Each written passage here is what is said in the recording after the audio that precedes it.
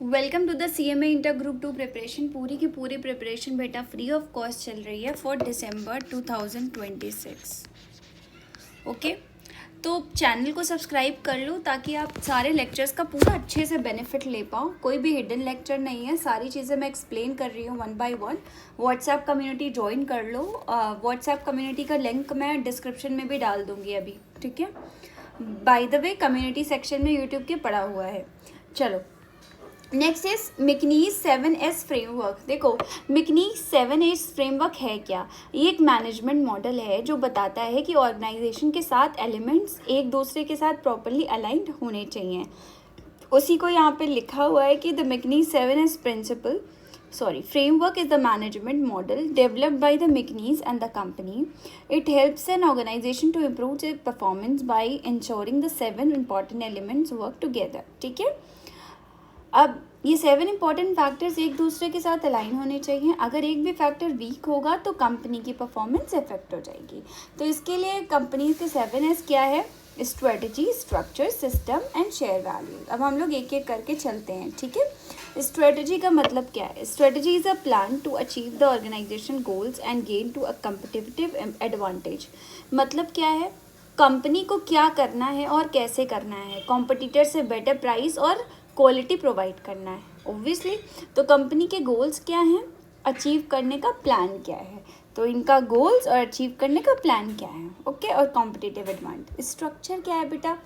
Organisation में work जैसे divide है और कौन किसको रिपोर्ट करता है, कौन क्या काम करेगा, वैसे ही हमें स्ट्रक्चर करना है। जैसे एग्जाम्पल हम ले लें, जैसे CEO, ठीक है, मैनेजर एंड देन एम्प्लॉयज़, ठीक है। मतलब मैनेजर CEO को रिपोर्ट करेंगे, ठीक है, और एम्प्लॉयज़ मैनेजर को रिपोर्ट करेगा। तो मैंने एक स्ट्रक्चर फॉर्मेट बताया है, ठीक है, हु डज व्हाट। तो structure shows how the organisation is arranged and how the work to be divided. Definite जो रोल्स रिस्पॉन्सिबिलिटी हैं वो डिफाइन करते हैं, रिपोर्टिंग रिलेशनशिप्स को भी डिफाइन करते हैं। अब हम आते हैं सिस्टम्स पे बेटा। तो सिस्टम्स क्या है? कंपनी के लिए, कंपनी के डेली प्रोसीजर्स और प्रोसेसेस, डेली काम कैसे होगा, ठीक है। Attendance system, salary system, performance appraisal system daily processes क्या है, ठीक है, ये ज़रूरी है।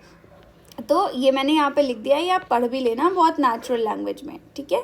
नाउ शेयर वैल्यूज़, ऑर्गेनाइजेशन के कॉमन बिलीव्स और प्रिंसिपल्स क्या हैं। ये देखो, कोर बिलीव्स और प्रिंसिपल क्या हैं, फॉलो करना पड़ेगा सबको, ठीक है। तो जैसे सपोज कंपनी में सब लोग किस चीज़ को इम्पोर्टेंट मानते हैं, जैसे कस्टमर्स कम्स फर्स्ट, है ना। एक एग्जाम्पल ले रही हूँ, तो ये कॉमन बिलीव है कि कस्टमर को हम सबसे पहले ट्रीट करेंगे, ठीक है। उनको भगवान की तरह मानते हैं क्योंकि उन्हीं से आपका पूरा सेल्स निकलेगा, पूरा बिजनेस कस्टमर के अराउंड ही हम चलाते हैं। उसके बाद आता है आपका स्किल। मीनिंग क्या है? Skills are the knowledge and abilities of the employees, मतलब एम्प्लॉयज़ के नॉलेज और एबिलिटीज़। उसके बाद एम्प्लॉयज़ को क्या आता है, ठीक है, communication, technical skills, leadership skills, ये तीनों चीज़ें आती हैं। तो व्हाट एम्प्लॉयज़ कैन डू, क्या एम्प्लॉयज़ कर सकते हैं, वो चीज़ें यहाँ पे बताई गई हैं। अब स्टाइल क्या है? Style refers the leadership and the management style followed in the organisation. क्या है? Leadership approach, communication with the employees, influences organisation culture.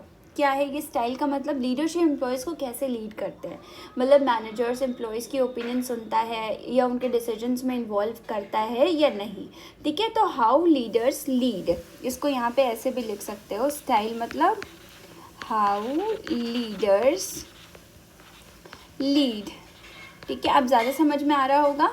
अब आ जाओ नेक्स्ट पे, स्टाफ। मीनिंग ऑफ स्टाफ क्या है? Staff refers to the organisation में काम करने वाले जो एम्प्लॉयज़ होते हैं। तो कंपनी में कौन लोग काम करते हैं, जैसे राइट पर्सन को राइट जॉब देना, ठीक है, किस तरीके से हम लोग करते हैं। तो क्या है? Right people for the right job, employees development and better team work. तो staff refers to the employees working in the organisation, ठीक है। ये चीज़ हमारा स्टाफ का मतलब हो गया। तो 7S कौन कौन से हैं, रिवाइज करो फटाफट। Strategy, structure, system, share values, skill, style, staff, ठीक है, ये आपको याद करना होगा। अब आते हैं हम लोग कोल्ट्स 11 चेंज मॉडल, ठीक है। इस मॉडल में क्या होता है कि जो ऑर्गेनाइजेशन में चेंज को सक्सेसफुली इम्प्लीमेंट करने के लिए यूज़ होता है, ठीक है। जैसे चेंज लाने के आपके 3 स्टेप्स होते हैं इस ऑर्गेनाइजेशन में, ठीक है।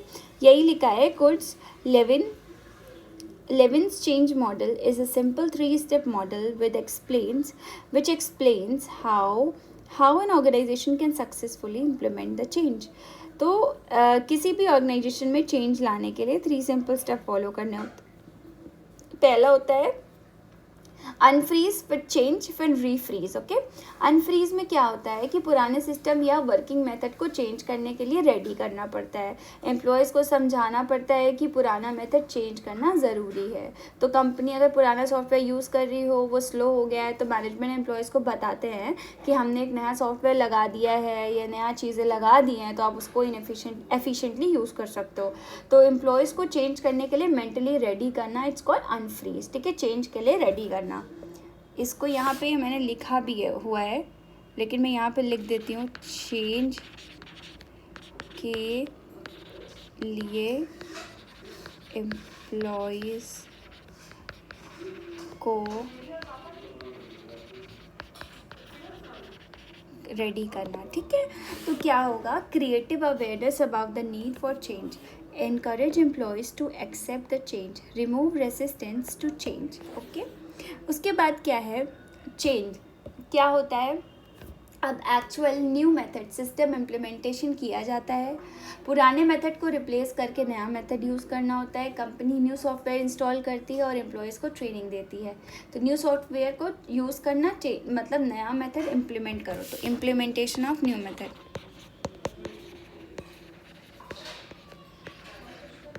इम्प्लीमेंटेशन ऑफ न्यू मेथड नीचे भी दिया है दूसरी लैंग्वेज में, इम्प्लीमेंट्स द न्यू चेंजेस, ठीक है। ये चीज़ समझ में आ गई होगी, इसमें कुछ बताना नहीं है, लिखा है, इसको आप बस 3-4 बार पढ़ो, याद हो जाएगा। अनफ्रीज, चेंज मतलब ट्रांजिशन, ओके। अब आता है हमारा रीफ्रीज। रीफ्रीज क्या होता है, आपका फाइनल स्टेप होता है, मतलब न्यू चेंज को परमानेंट वर्किंग मेथड में बना देना, ठीक है। तो make a new change in the permanent working flow या मेथड लिख सकते हो। तो नए सिस्टम को कंपनी की नॉर्मल हैबिट बना देना, जैसे employees new software regularly use करने लगे हैं, ठीक है। कंपनी ऑफिशियली डिसाइड करती है कि ये वही सॉफ्टवेयर यूज़ होगा, तो ये दैट इज़ कॉल्ड रीफ्रीज। तो पहले फ्रीज़ करते हैं, कंपनी को चेंज बंद करने के लिए एम्प्लॉयज़ को बताते हैं, फिर चेंज को इम्प्लीमेंट करवाते हैं, फिर रीफ्रीज कर देते हैं। That is called good living change model, ठीक है। ये चीज़ समझ में आ गई होगी बेटा। ये देखो मैंने तीनों चीज़ें लिख दी हैं। थ्योरी कैसे लिखना है वो मैं भी नेक्स्ट लेक्चर में आपको अच्छे से एक्सप्लेन कर दूँगी, ठीक है। ये भी लिख दिया है, ओके। ये पढ़ लेना आप अपने तरीके से। अब आ जाओ,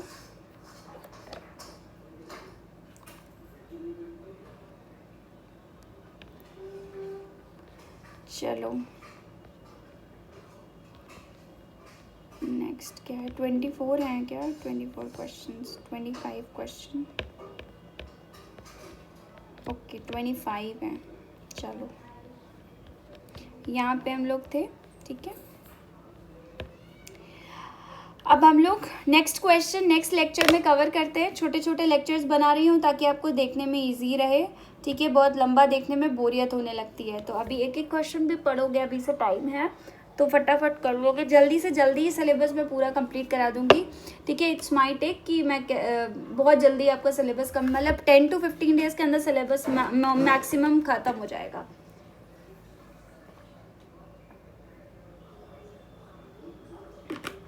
कुछ 2-4 चैप्टर्स बचेंगे, वो भी बहुत जल्दी करवा दूंगी, डोंट वरी अबाउट इट, ठीक है। Don't get panic, have patience, I am completing the syllabus, I am with you, okay. So see you in the